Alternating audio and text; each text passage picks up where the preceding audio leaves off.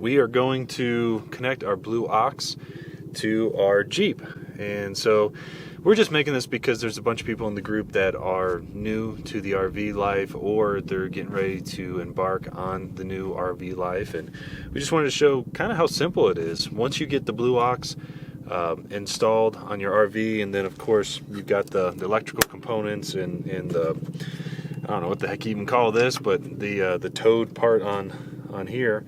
It's fairly simple to use. These guys here, there's a little pin. You can pull these in and out if you don't want to have them sticking out when you're not using them. That was fun. So, anyways, what we do is we're going to line the Jeep up with the back of the RV. It does take a little time to get used to. Of course, there's a helicopter that's going to fly over. Okay, now that the helicopter's gone, we can continue. So, I've pulled my Jeep up to the RV. There's a special distance that you need to get to. You just have to get used to how close you got to be. You're going to go back and forth a little bit till you get used to how far away your Jeep needs to be for these arms to just swing out. But basically, there's an upside to this, and it says right on the side, up. So what I do is I'll get this close enough to where I can rest one on top of there, spread this out, and then this bar here actually lets you move the piston up and down. So I'm going to move this over, and there's these little pins here that have a little spring mechanism. And this spring mechanism, if your finger's right here and this shuts, it'll make you cuss if that hits your finger. Alright, so we're going to pull our pin out, put that in, put that down, let it lock. Do the same thing on this side, and we're making sure that these are pointed up. Alright, so now that's connected.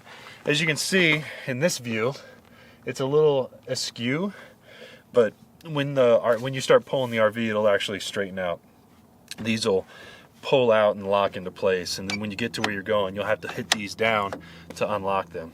So the next thing I do is I put the power on, because the last thing I do are these support cables here. I don't know the actual technical terms for this stuff, but this is the blue power cable.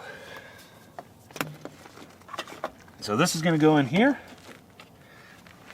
And then you notice on these there's a little groove that fits perfectly with the groove inside the receiver. So you want to make sure those go in, and then it's got a little lip here that holds that in place.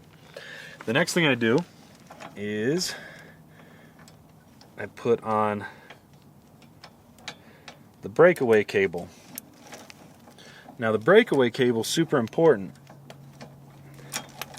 because this breakaway cable, just as it's named, if it breaks away from this, if this pulls this thing out, it's going to tell the inside mechanism to slam on the brakes and actually stop the vehicle from just traveling on the highway freely.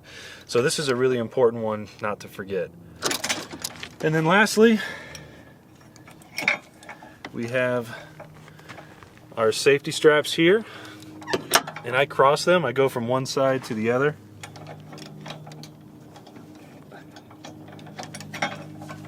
So this one's going to go from the left to the right. And that's it.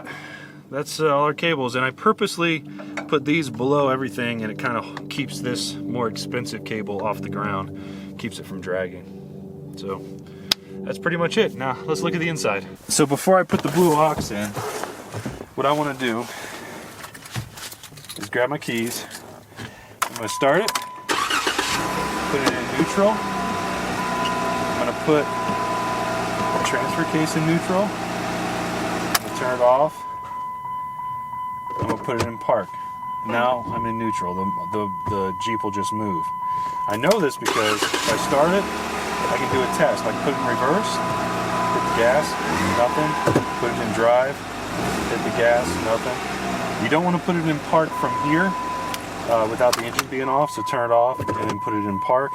So you're in neutral and in park, and that's how you're actually going to ride. To go back into gear, put it into neutral, put the transfer case back into drive, 4-wheel or 2-wheel. So here we are in neutral. I can test it, drive, reverse, back to neutral, turn it off, let it go off all the way, put it in park. So now I'm set. Put my seat back again. Bring my braking system in front of the brake. Lock the mechanism onto the brake itself. Put my breakaway 1/8" cable in. Bring my seat up so it rests up against there nice. Make sure I'm plugged in. Okay, so now what I'm going to do is I'm going to press power and setup, and I want to make sure when I hit setup that the brake lights turn on and then back off. So I'm going to move the camera over there while I do that. Alright, so this is what I'm looking for right here. Brake light on, brake light off.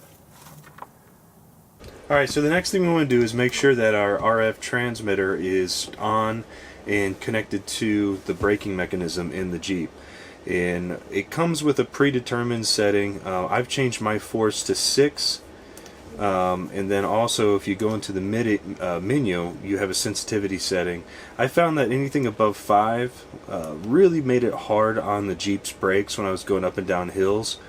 So I'm on a sensitivity of 5 and a force of 6, and that seems to be pretty good. Alright, so now that our brake is installed and our RF transmitter is connected to our braking system, we should be good. Now, when it comes to the settings, I couldn't find anything online that actually talked about the different types of sensitivity versus force, and I've just kind of played with it.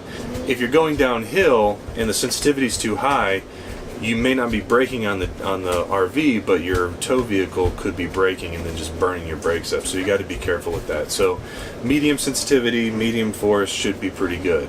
So good luck.